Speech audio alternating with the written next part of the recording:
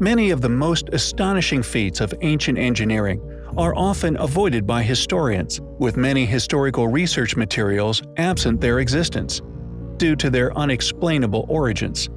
The reason for this should be obvious, for when one gazes upon such relics, instantly struck with wonder, a curiosity as to how something of such incredible size or skill could have been created by the individuals these sites are often claimed as the work of. This is one of the main theses of the channel, for not only are these sites largely ignored and thus overlooked regardless of being historically important structures, clear yet suppressed evidence that a civilization far more capable than any currently recorded within permitted timelines once flourished on Earth. Relics with a very different origin and indeed history.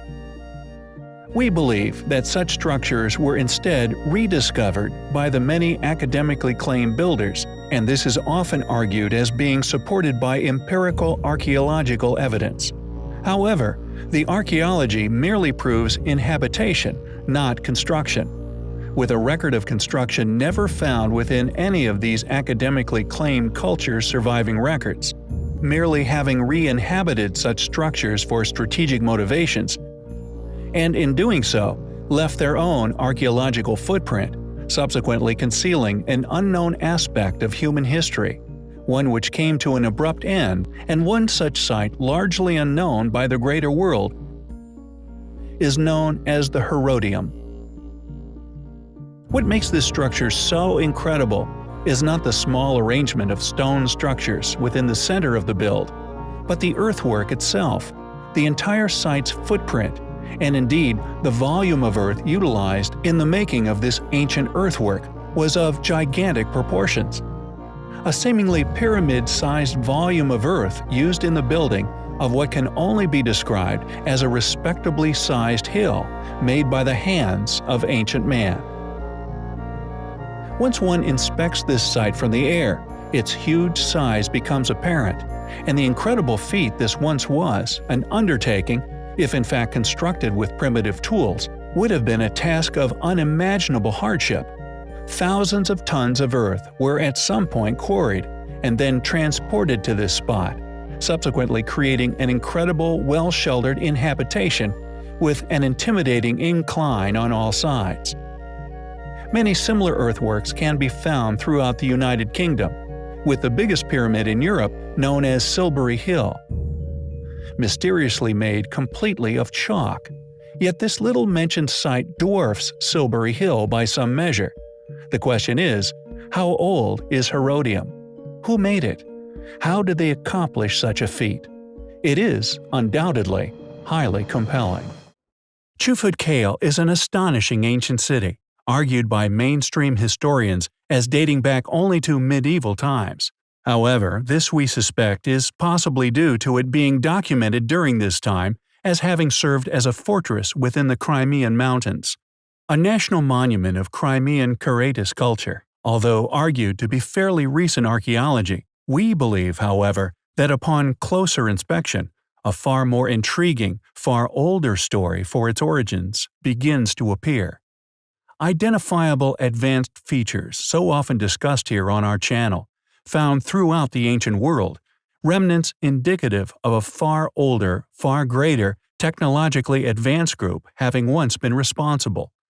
A group who had access to knowledge and stone-cutting technology that has not only left the same signature scars all over the planet, an investigative undertaking we have previously explored regarding similarities and differentiations to identify signature methods, an ongoing investigation in an attempt to identify separate, lost, highly advanced civilizations, and most importantly, how many there were.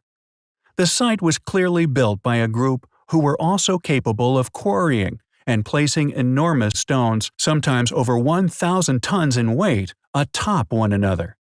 Many people are aware of the remarkable underground city known as Derinkuyu, a settlement we have covered in the past. A gigantic ruin carved straight down 80 meters into the bedrock, rumored to have been lit using a pipe system which teased natural gases out of the strata, lighting a candle-sized flame at regular intervals throughout its entire structure. We know of this amazing ruin due to its incredible rediscovery. When a local purchased a property in the area, he set about doing some renovations. However, upon knocking down a wall in the house, he was confronted with the entrance to an amazing sight.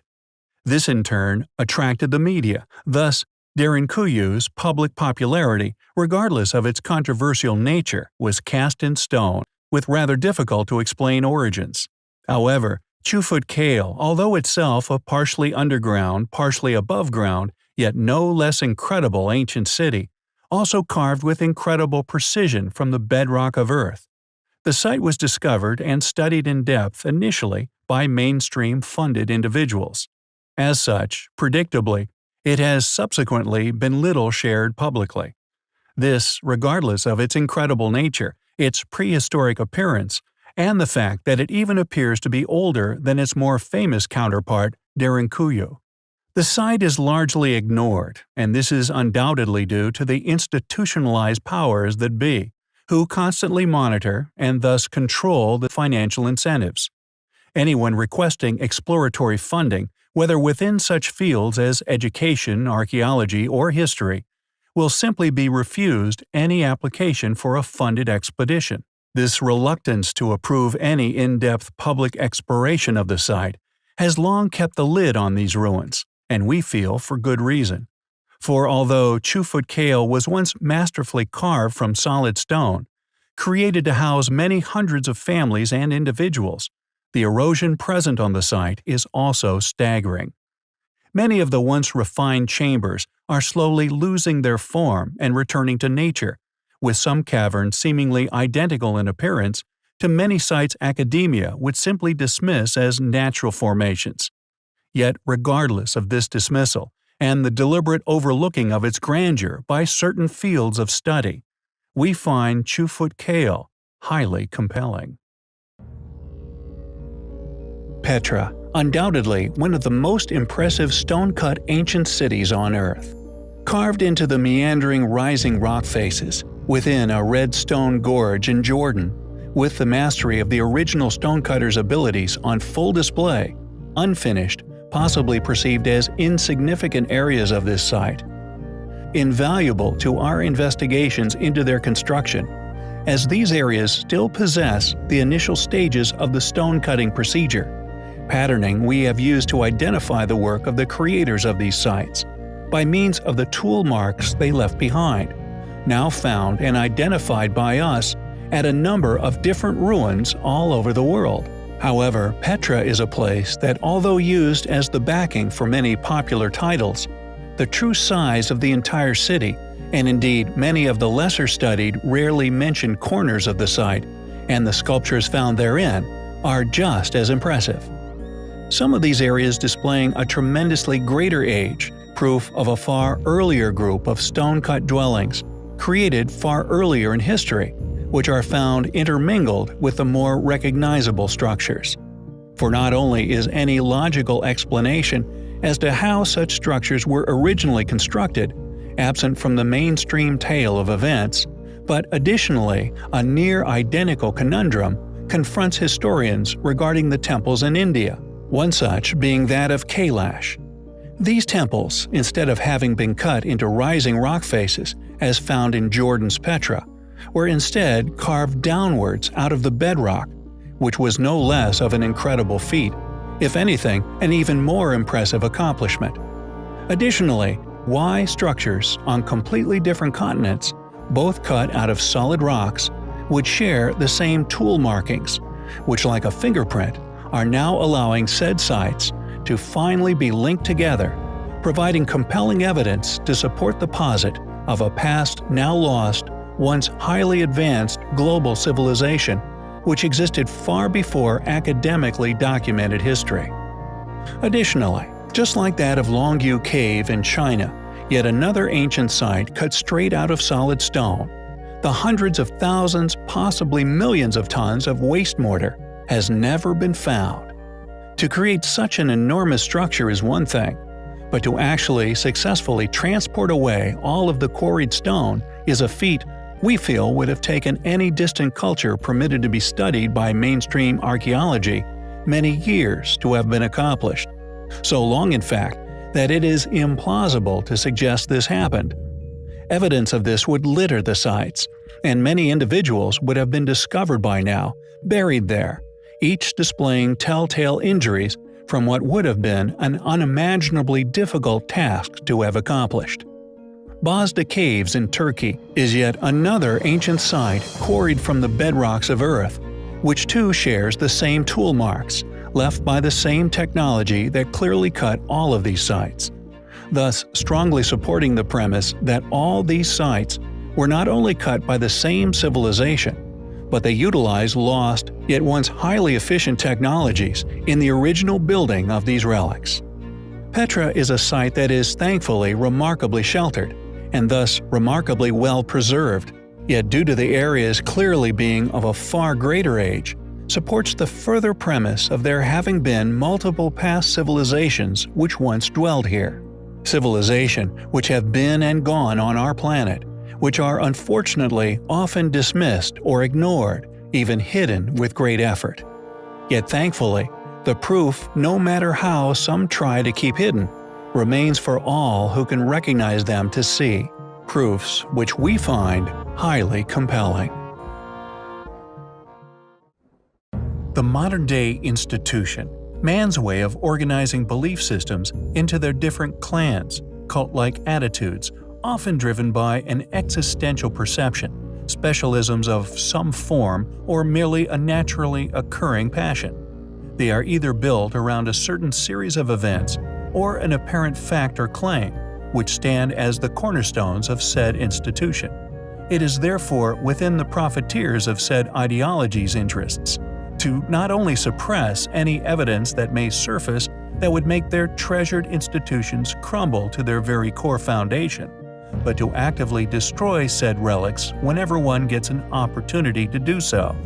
The Bamiyan Buddha, for example, apparently this monstrous carving, perfectly bored into a sheer rock face in the Bamiyan Valley of central Afghanistan, is not only a relic, which we hypothesize was left by a now lost civilization, but due to the facial features once masterfully depicted upon the statue, removed at some later time within history, carved flat, not only making its identification as Buddha questionable, it was for some reason completely destroyed during the Iraq War. Its destruction, I propose, supports our prior posit of it indeed being that of a lost civilization's work, this being the sole motive for such actions. Interestingly, hidden voids found behind the carving, if it were indeed a solid carving, as one would have once presumed when gazing upon it, how were these hollow chambers once placed behind said carving? Additionally, not only do most modern institutions deny any of the evidence we so often put forward on our channel, often in regards to a past lost civilization, but fields such as geology is simply actively writing off countless ancient sites and anomalies as simply geological coincidences, their existence being an impossibility according to already established, supposedly concluded chronology for human civilization. One reoccurring strategy, which I like to call the pareidolia effect denial, has befallen countless sites of interest. One of the most hotly debated being the face on Mars, now simply dismissed as a trick of light, the intriguing pyramidal features nearby, which also somehow align with Pleiades. This denial strategy has condemned other said features here on Earth, some of which found in remote places that, according to modern academia, have simply never been inhabited. Thus, regardless of the artificial nature of such places as Gornia Shoria, must be dismissed as mere coincidental geological features. The ruins clearly immense age, often used, in an unfortunate twist of fate, as support of such claims, as nature eventually reclaims all. Thus, the older the ruin, the easier this said denial strategy is to argue. That is, until now, in a modern era, where modern technology now allows us to collect a massive amount of information on simply anything, unexplained features, parts, and many other advanced unexplained legacies of an antiquity, once hidden, now shared far and wide. evidence which flies in the face of modern paradigm. This Charonion is yet another of these curious, clearly immensely old anomalies that, regardless of its form, once being carved from extremely tough rock. Maybe this is why our lost ancestors built with such enormous stones, and did so in an as yet unexplained, yet clearly highly advanced way, known as polygonal masonry. Perhaps they built like this so that their footprint here on our planet be long-lived, designed to deliberately be resistant to the elements, to reach us now in the modern day, giving all of us an opportunity to understand the real history of our Earth, regardless of what others would like. We find all of these things highly compelling.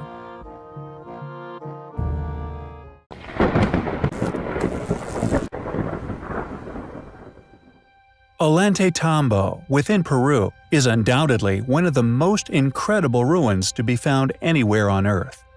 Although many people have been mystified by the site's characteristics, some even suggesting that its shelf-like construction was once created as steps for giants, its real original use, however, being no less remarkable. The so-called pre-Incas, responsible for its original build, did so with the intention of utilizing these layers of soil to slowly acclimatize plants that were once not used to a certain altitude, through a process of selective breeding, eventually taking them far higher than they were ever found before, making it possible to cultivate said herbs, fruits, or vegetables within their high-altitude sanctuaries, once virtually impenetrable fortresses, so that with these newly adjusted phenotypes of plants, and with the aid of what is the subject of this video, could stay high in the mountains virtually indefinitely, self-sustained thanks to the incredible achievements of Ollantaytambo. The Incamisana water temple being the final piece of this now lost people's armory, for although the horticultural knowledge displayed by this lost civilization is evidence of advanced culture, their abilities to control the path of water is another of the pieces of evidence which not only proves that this people were highly capable, but were also unquestionably advanced in their execution of said feats. For although these irrigation systems or drinking water inflows are many thousands of years old, most still work to this day. Some of these water features were so well made that even modern re-inhabitors still use several of these systems, as they even rival that of the modern system which would replace it, bringing water to the locations. Dr. Richard Mixod, who studied the water sources of Incamisana in Ollantaytambo, led a team of researchers from the University of Virginia known as the Wright Water Engineers, from the Wright Paleohydrological Institute, and archaeologists Arminda Gabaja Oviedo and Dr. Gordon McCowan, all of whom conducted reverse engineering in an attempt to back-engineer the remarkable achievements seen at the water temple. Located north of the Manuraki Canal in the Sacred Valley of the Incas, at an altitude of 3,000 meters, this sophisticated water complex consists of rooms, open spaces, beautiful complex pools, ornamental fountains, waterfalls, and buried channels. These pre-Incan accomplishments display an intimate knowledge of so-called modern hydraulic principles, even building their channels in such a way as to avoid hydraulic jumps. The water temple's architecture and hydraulic works define Incamisana as a high-status sanctuary for worship of water. Intricate and carefully executed cliff carvings parallel to the water temple add a mystical dimension to the temple's original purpose, which is currently claimed to have been the worship of water. Ancient roads also left by this same elusive group unquestionably tie Ollantaytambo and the water temple to this once great, now lost civilization's empire. Who built the Incamisana water temple? How did they build it? Why is the polygonal masonry, something which ancient Peru is synonymous with, found at many of the world's ancient relics? Who were these ancient people? Where did they go? It is undoubtedly an incredible place, one which we find highly compelling.